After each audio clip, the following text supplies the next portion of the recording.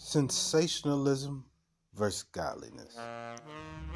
According to Oxford Language and Merriam-Webster and others alike, sensationalism can be defined as the presenting of facts or stories in a way that is intended to produce strong feelings of shock, anger, or excitement.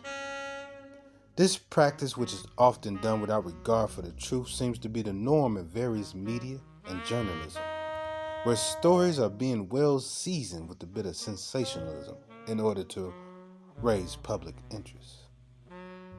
This method of choice can be seen as a weapon of sorts, strategically aimed at provoking strong emotions, drawing the attention away or towards something.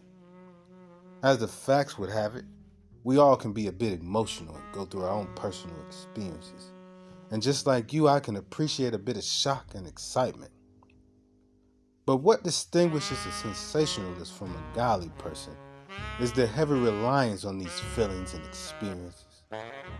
Sensationalists tend to base their beliefs and actions on personal emotions rather than on objective facts or logical reasoning. While Jesus was not a sensationalist, some people during his time were sensationalized by his teachings and miracles. Many were astonished and moved to glorify God. Nonetheless, Jesus' purpose was not to create a sensational following.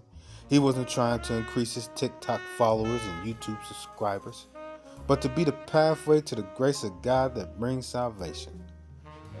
The grace through faith, that is.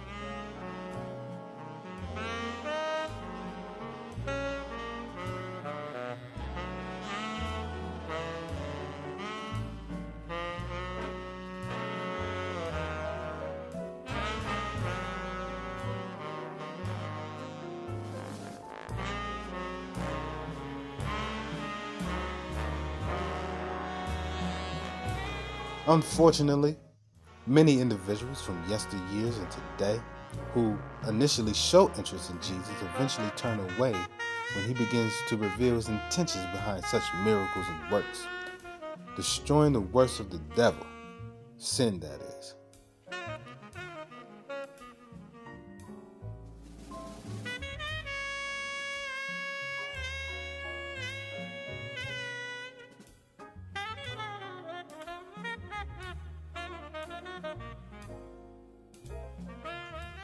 Here in Matthew 11, we see Jesus rebuking or giving of constructive criticism of sorts to the cities where he performed many of his mighty works, simply because they failed to repent.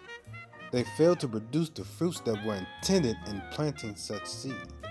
Despite witnessing his miracles, they didn't allow his teachings to penetrate their hearts and lead them to true faith and true repentance.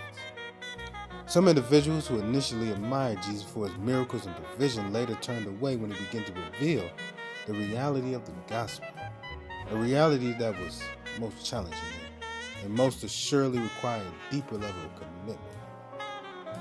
This departure highlights the contrast between sensationalism and genuine faith, as many sought momentary excitement rather than lasting transformation. We see an example of this in John 6:6, and we would be remiss not to peep the connection of numbers with the spirit of the Antichrist depicted in John 6:6.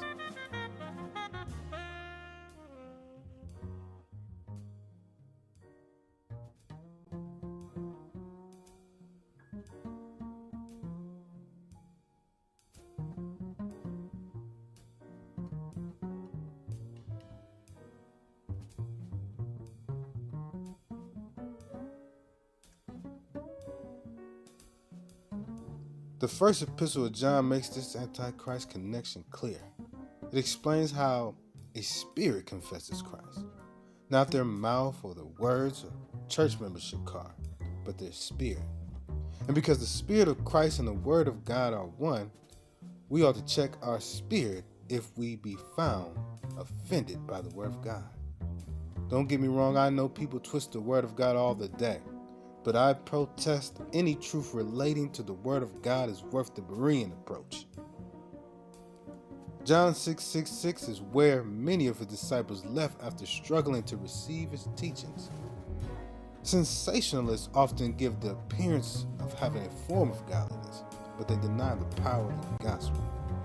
They prioritize feelings and emotions over the absolute truth, believing that things will work themselves out without actively seeking God's guidance and wisdom. Ultimately, Jesus' actions and teachings were intentional and purposeful, aimed at bringing people to repentance, to the faith. That one faith, that is.